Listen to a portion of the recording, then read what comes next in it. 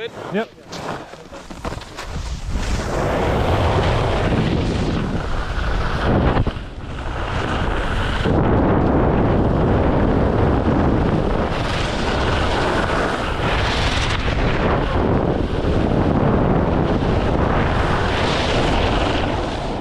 Hey skiers, I'm Jeff from skiessentials.com. I'm Bob. How's it going? We are here to talk about the new 2025 K2 Reckoner 102. I suppose this is another one of those reviews that's more of a Jeff review than a Bob review. You've been hot on these 100 millimeter twin tips. I feel like that's just going to be a future comparison wall. Jeff's 100 millimeter twin tip reviews. Twist my arm, yeah, if you have. Yeah. No, it has been really fun. I really enjoy these. And I think for a lot of skis, it does make more sense. I think as we go through this review, I think it's very fair to say for a ski like this that there are a lot of people out there that wouldn't find a home here. Yep. And you've skied a Reckoner 102 and probably liked it, not to put words in your mouth. I don't think you're a Reckoner 102 skier. No, it takes me a lot of physical adjustments to have a decent time on it. Yeah. No, and we can talk more about why that is as we go through. I think it's a very, very unique ski. Things like that, we recently did the Armada ARW 100 review, and that's also a really unique ski, but we've put more people on that of different skiing styles and backgrounds that have really enjoyed it, where I think, to me, this is a more specialty item. Yeah, no, I agree. And interesting to see how these new changes kind of affect where that ski falls in that spectrum. Yep, totally. So before we get into the details, just to touch on K2 in general and the Reckoner collection, it has kind of been their wider twin tips since, I was just looking this up. My first time on a Reckoner 102 was July of 2019.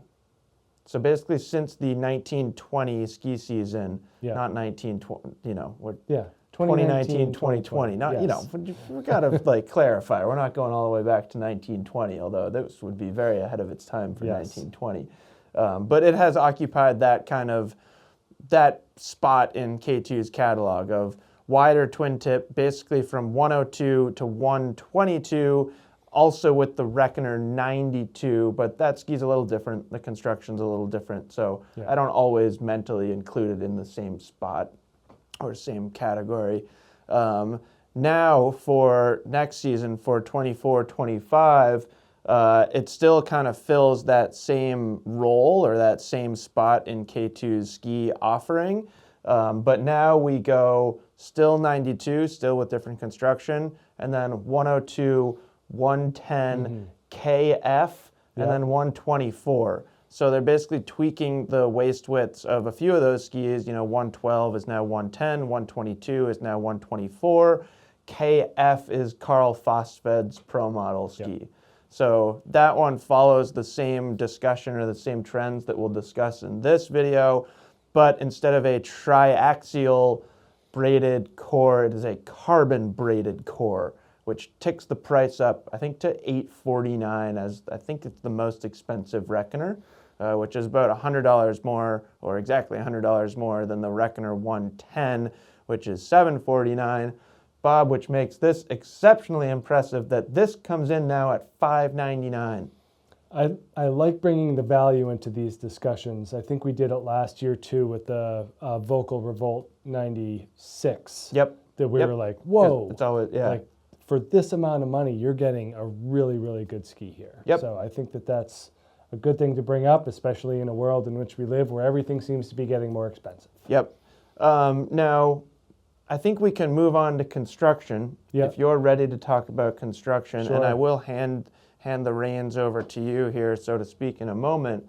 But I think it's important to bring this up that from day one when I got on the Reckoner, I thought it was awesome. Yeah. A lot of the reasons why are very subjective, is that I like to do things like that when I go skiing. So it's always been a ski that I've been really excited about.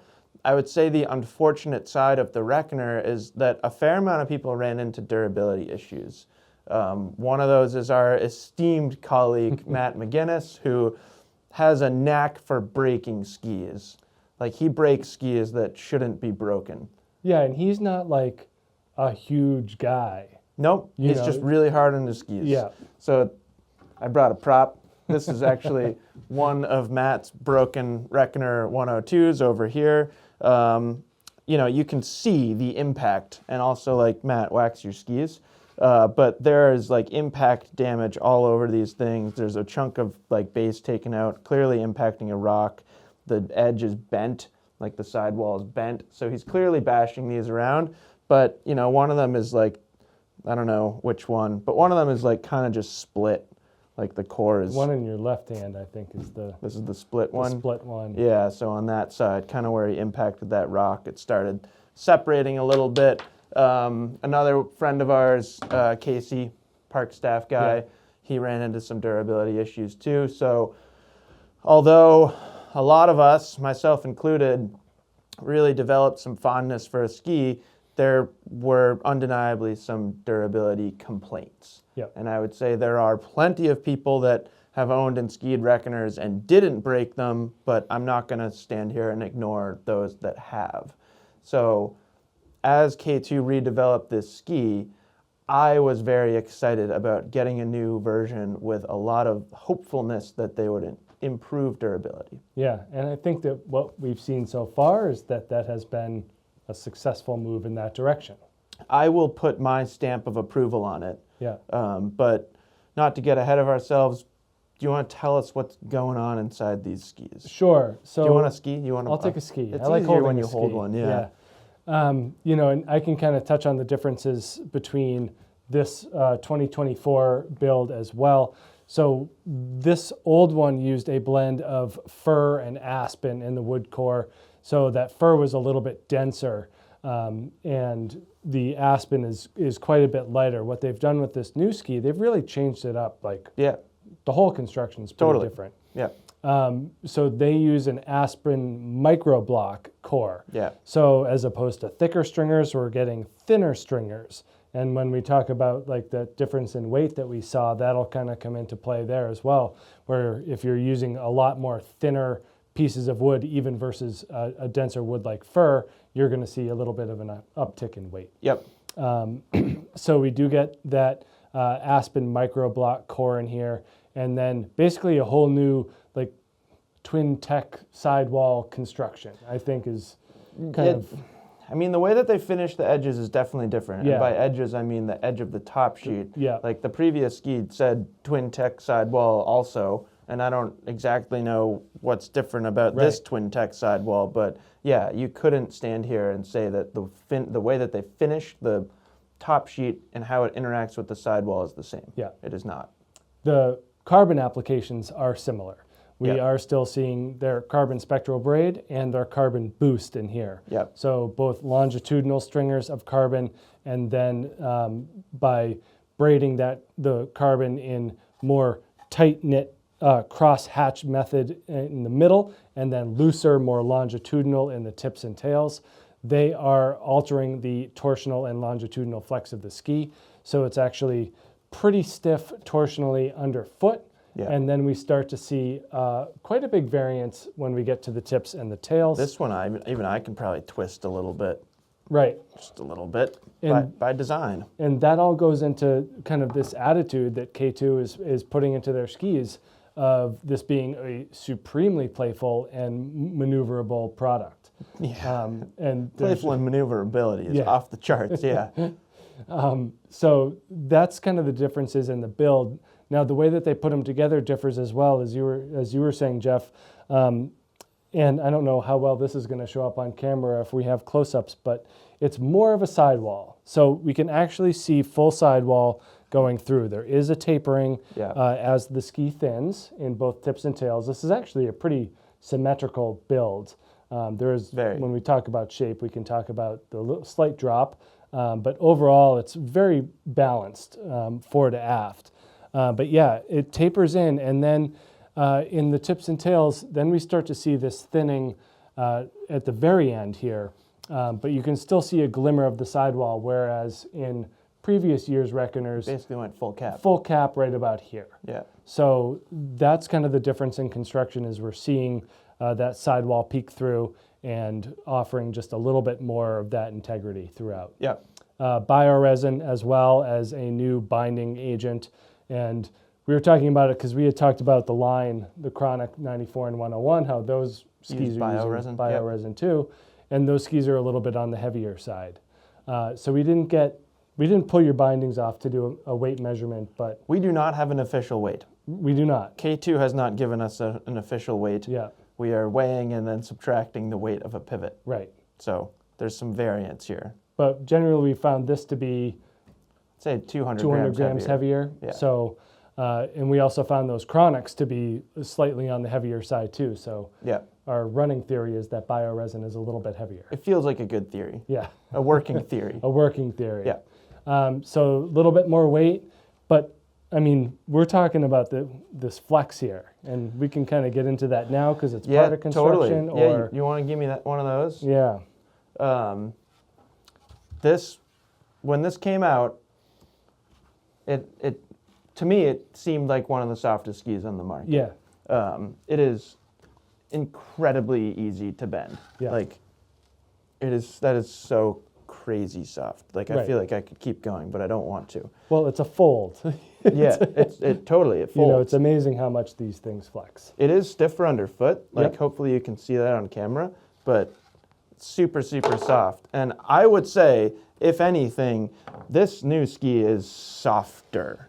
I would agree. And Like, like it's still right. It's still very similar, Yeah. but like it's like a recurved bow. Like I Yeah. feel like I should be shooting a bow and arrow. and we toyed with the idea of bringing a line blend up here, which we have notoriously considered to be the most flexible ski on the market. Yeah, And this has got to be closer. gives it a run for its money for sure. Yeah, so incredibly soft. Yeah. Like just a complete noodle. Yeah. Like I've seen a lot of people in my years in skiing use the word noodle in a negative format. Right. It's not to me. It's an accurate description of the ski. This is a complete noodle.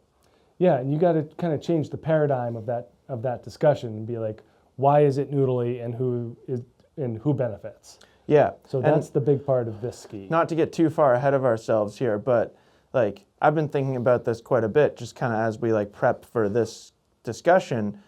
It's all about skier balance to me. Yeah. Like we talked about it with Candide and Yeah. like his skis not being like very stiff and like not necessarily stable. And for him, it doesn't matter because he's incredibly balanced. So that's the thing that I keep coming back to on a ski like this. If you are balanced and athletic as a skier, a ski with a flex pattern like this, depending on your skiing style and what you want to do, can be a huge benefit. Yeah. If you are on the other end of the spectrum and you are relying on the stiffness of the ski to keep you upright, or at least to help keep you upright, you would get on this and hate it. Yeah. And that's how my personal Reckoner 102 experience started. Yeah. You know, my first turn, I'm like, what the heck is this? You know, and then, I mean, I have too much weight Yeah. in the top fifth of my body. Right. That I'm just over the fronts. But it took me just a second to be like, okay, nope, you got to be in the middle. Totally. You got to be balanced. 100%. You can't really pressure the front. No. You got to stay right where the sweet spot of the ski is. Yep. And, you know, I was able to propel myself beyond that initial feeling and actually ended up enjoying the ski for what it was. Yeah. What it was. But as someone who loves head cores, Yeah. like that's a very, very, very, very, very stiff ski. Yeah. And Couldn't be very like more different. You use that to your advantage. Yep. You use it as a tool where like, yeah, I really enjoy skiing a softer flexing ski. Yeah. So if I could have that one back, Sure. mostly because I want it near me. Talking about shape, this could be one sentence. It's the same. But it's not quite the same. It is the same dimensions from what we've seen. It's basically the same rocker profile. There's a lot of tip rocker in this ski. There's a nice amount of camber underfoot, which I think is sweet, and that like kind of matches that the tighter weave of the carbon spectral braid, which I can't wait to talk more about in a performance format. I would say the thing that we have noticed with shape is that the tail has a little bit more splay right at the end, really giving it, like, to me, a true twin tip look. Not that the other one didn't look like a twin tip, but this one screams, I am a twin tip. Yes. And that's about it for shape. I will say that it comes with 2 different mount points. They mark a team and a midsole. I went with the team mark, which from what we can see is centimeter, maybe 2, back from true center. And then that midsole length, or that midsole mount point, is another 2 centimeters further back from that. So a very center mounted ski, even if you're going with more of a traditional midsole mark. Yeah, and I remember after my first run on that original Reckoner 102, taking that demo binding and being like, whoop. Yep, Let's moving it move back. this thing back and get me away from the front of the skis a little bit. Yeah. And that seemed to open it up. But Last thing I'll say about shape, and then we can move into performance, is lengths stay the same. So I've been skiing it in a 177. I've skied it actually a lot over the years in a 184 as well, not this new version. I liked the 184, but 177 for me is super, super fun. Yeah. And like really takes the park performance to the next level, which is great. And I need all the help I can get as a now 38-year-old park skier, recently ticked up over that next notch to 38. So there is an extra length. There's a 191. yeah, which I don't know who that's for, but It's for you. I guess so. No, it's for someone who skis like me, who looks like you. Yeah. And those skiers do exist. Yeah. So I think that was, just throw that in there, that there's a 191 if you want a really long Reckoner 102. Yeah. Do you want to move on to performance? Yeah, so like as we've done a little bit of a Q&A section with this stuff, So that's kind of how my questions are broken down. we didn't So- prep this at all. Right. Probably should have in hindsight. I wanted to talk about on-piste, off-piste park. Do you want to do on-piste, off-piste park and include your questions, or would you rather do on-piste, off-piste park and then Bob's questions? It's almost as if we've worked together and done this for a while. Eight if you'll years. look, on trail, off trail, park. Fantastic. So So why don't we just start with a question? Just Yes. speaking to on-piste, on-trail performance, which I will say is not the focus of the ski, but I think it's still a good place to start. we have found that these skis operate well at higher edge angles. Yes. When you're able to get Flat or high? flat or high. Sorry, not to cut you off. When you get this right, and that was kind of another kind of interesting moment for me on these. It's like, okay, get it up on a high edge angle, really feel the Yeah. ski bend, and Yeah. it'll actually carve. How does a high edge angle concept move forward into 2025 versus this ski? Like what changes have you noticed in terms of accessing that edge angle on trail? Great question, but the answer is not going to be that exciting. I would say Okay. not really any. Yeah. You know, like, to be honest, the way it skis is very, very, very, very, very similar Yeah. to that ski. And I think what you're getting at is still really important. I would say maybe with the slight softer flex pattern, it's a touch easier to get there because the ski is just, it's like, its willingness to do whatever you tell it to is like, has probably ticked up a notch. Because like, you know, this tip is just so soft that it's like, it's never, even if like you're hitting something really firm, it's still going to let you just like put the ski on edge and go. Yeah. But yeah, from a, what do I say here? There are people in the world, there are plenty of skiers in the world that would get on this and probably not be able to make a carve. That does not mean the ski can't carve. Yeah. And like you were saying, it's all about being perfectly center weighted. Like if you're trying to initiate a carving turn right here, Yeah. good luck. Could you do it? Sure. But like the key on a ski like this, on trail, if you're making those high edge angle, trenchy carving turns, is pushing into the middle of the ski. And that is different Like, Yeah. if I skied I own a K2 Disruption Ti too. You try and carve a turn on that ski, if you're just pushing mid-foot, good luck. Like, Right. it won't do it at all. You have to initiate here Yeah. and start bending the ski here. With this ski, because it is so soft, you really have to focus your weight and your pressure to that underfoot area. And that's, like, this ski, it's specifically designed that way. I mean, I would say any soft flexing ski is. Like, you could take this conversation and apply it to that ARW 100, that you need to be more centered. But K2 literally built more torsional stiffness right here. Yep, Like, on purpose. On purpose. Not only is it more torsionally stiff, it's also just stiffer longitudinally, underfoot. So if you can just, it's like a trust factor. And like, getting on this, it can be hard to trust. But as soon as you start making those deep, trenchy, carving turns, you start to build more trust. I certainly will point out that there is a limit to torsional stiffness. If your weight gets thrown off a tiny bit in the middle of one of those turns, you're going to skid.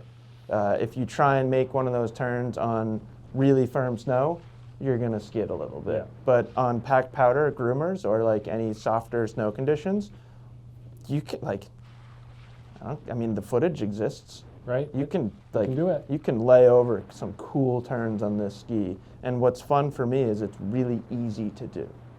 And it looks like you're adhering more to that radius, which I think is like 17, I don't know if it's on this.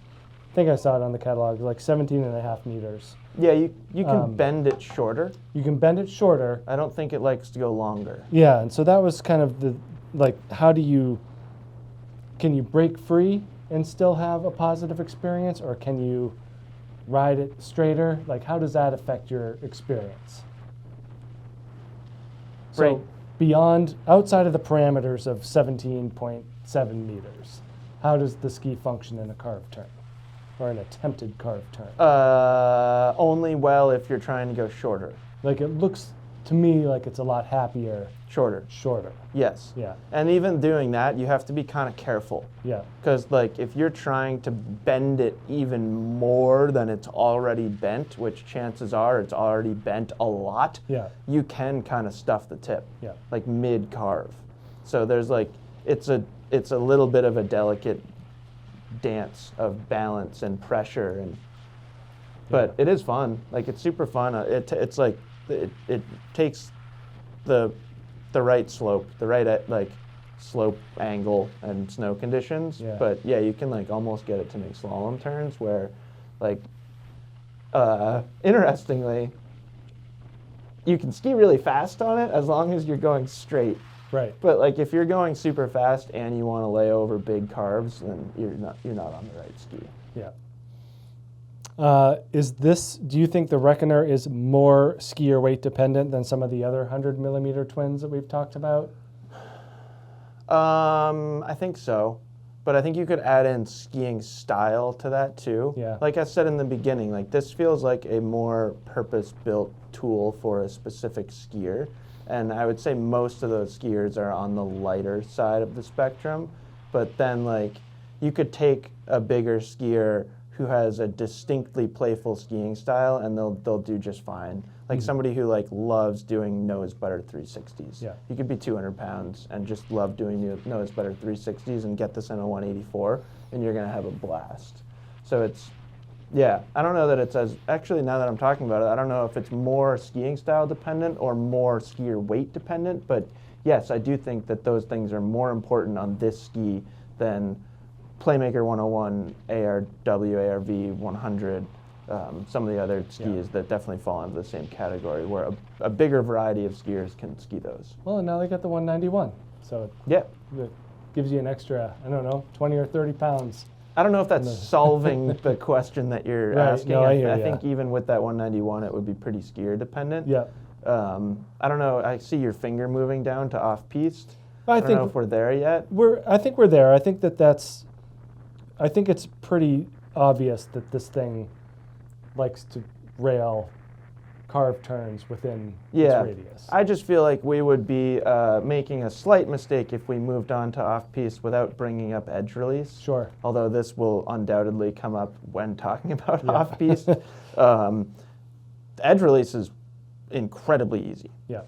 So like you can spin a 360 on the ground. Like they're completely catch-free. So making short turns on the side of the trail, effortless. Again, as long as you're balanced. Yeah. Because I would say a lot of people that like making short turns on the side of the trail do it with a lot of fore-aft weighting, like you. Right. Like pop off the tail, land on the nose, pop off the tail, land on the nose. You don't want to do that on this. It's more slipping, Side to side, slipping, yeah. smearing, yeah. Yeah, that's a good segue to off trail. Looks great in the bumps and trees. Fun following you and Matt through some Yep. tighter stuff this The wiggle morning. stuff. Yeah. Yep. Do you think this is a useful ski for this application? And for skiers that want to do this, This being Reckoner 102 stuff? yeah, Yep. but they also want something for more powder or Yes. deeper snow. So I think that's where this ski is excellent, but I think that the way that you preface that is perfect, is that you have to want to do Reckoner 102 stuff first. Right. That needs to be the priority and the focus. Yeah. But then, yes. So it's a bummer that we don't have footage of it, but I've been coaching on this ski a lot, at least in the last few weeks. And last weekend when I coached was like full-on powder day. Yeah. Like it had been basically, I think that was the 4th powder day in a row. So the snow was arguably the deepest that it had been. And the day before I skied a QSTX that's 116 underfoot. Yeah. And then I skied this, and like I was surprised. I was pleasantly surprised with how well it did, which is silly in hindsight because 102 underfoot with this much rocker, yes, it's Should be going to okay. do okay Yeah. in soft snow. But I did notice that in doing that, in skiing deeper snow, I had to be more just like relaxed. Yeah. Is like have that mindset and that attitude of like, nope, not charging. I'm not going to be the fastest skier on the mountain today, nor am I ever, I don't think. But you need to like rein it in a little bit and just ski more controlled and more purposeful. Where on a ski like the QSTX 116 underfoot, like or like a Mindbender 108 or even a Mindbender 106C, Yeah.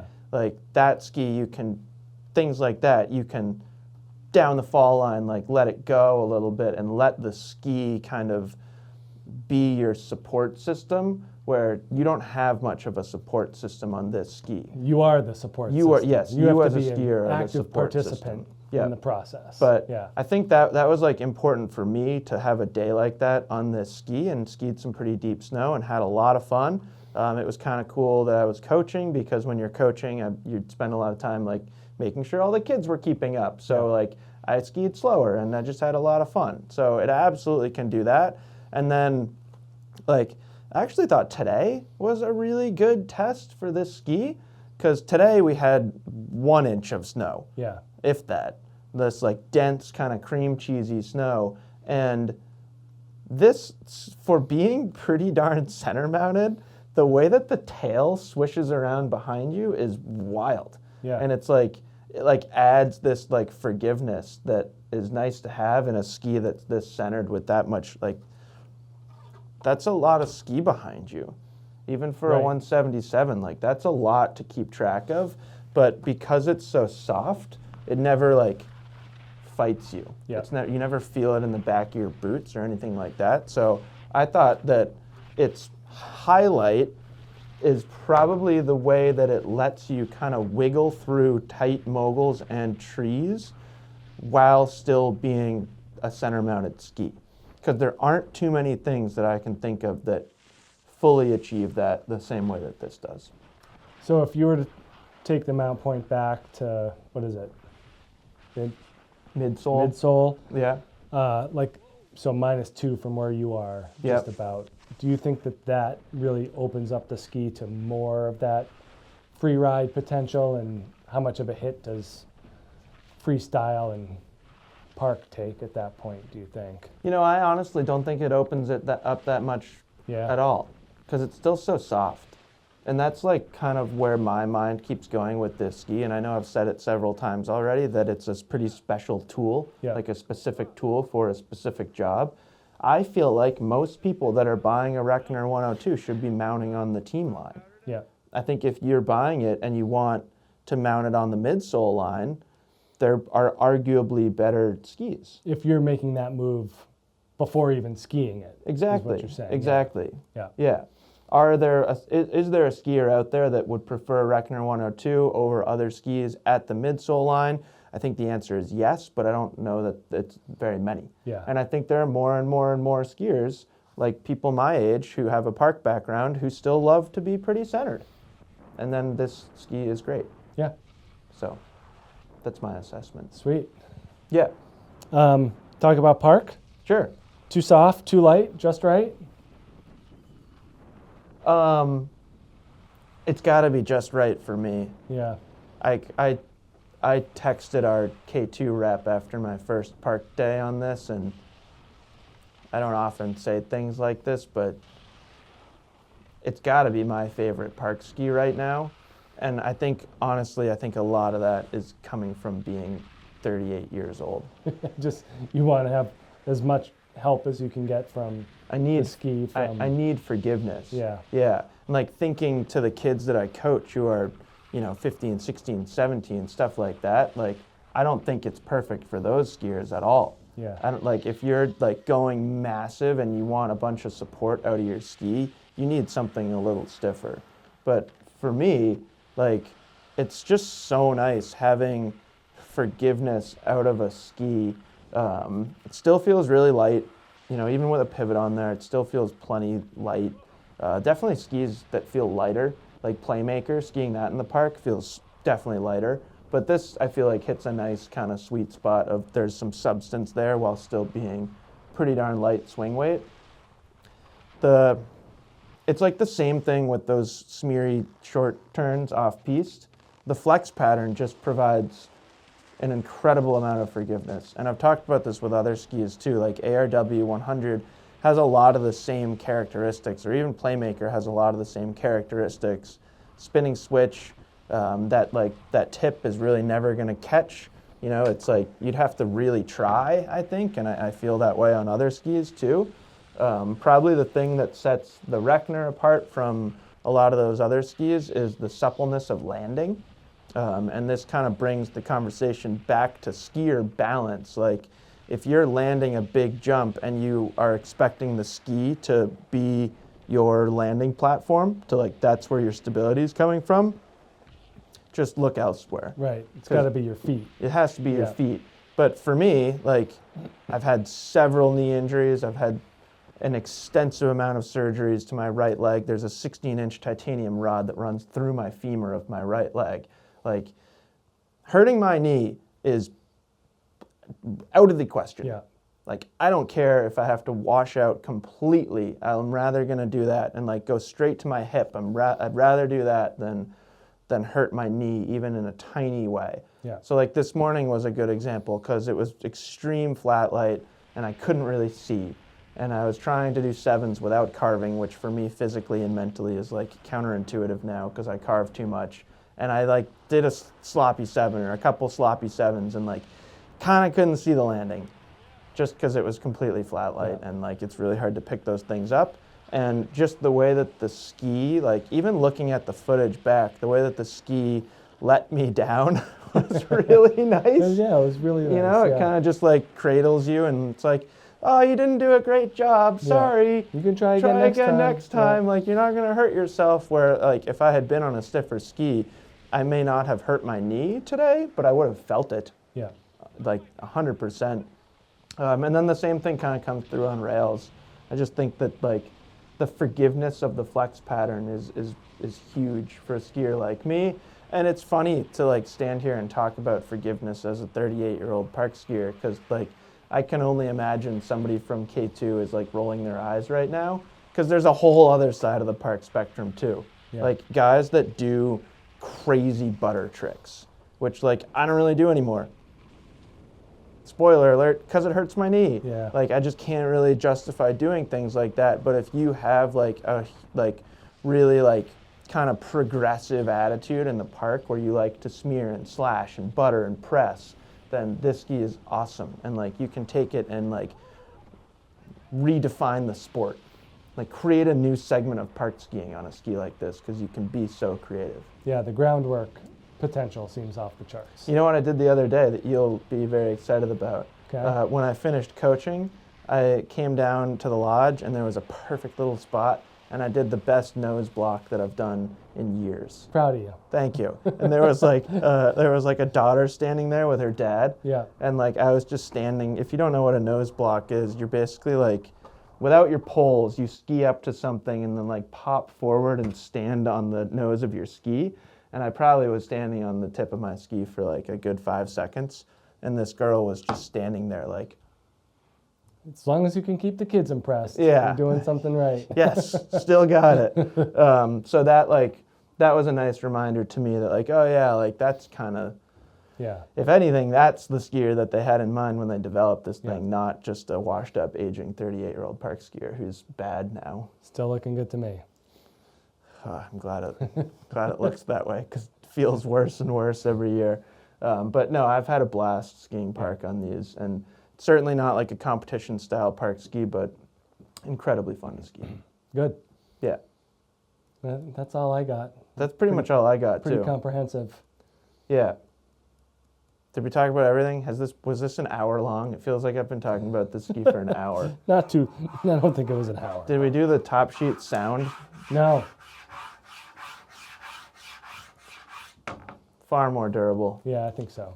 I also was pointing out at the beginning that like you can see the carbon spectral braid in that one and even feel it, and you can't feel it in this, which to me is just reflective that they're protecting like the internals of the ski a Bit little more bit substantial. Yeah, it certainly feels it. So that's it. That is the new 2025 K2 Reckoner 102.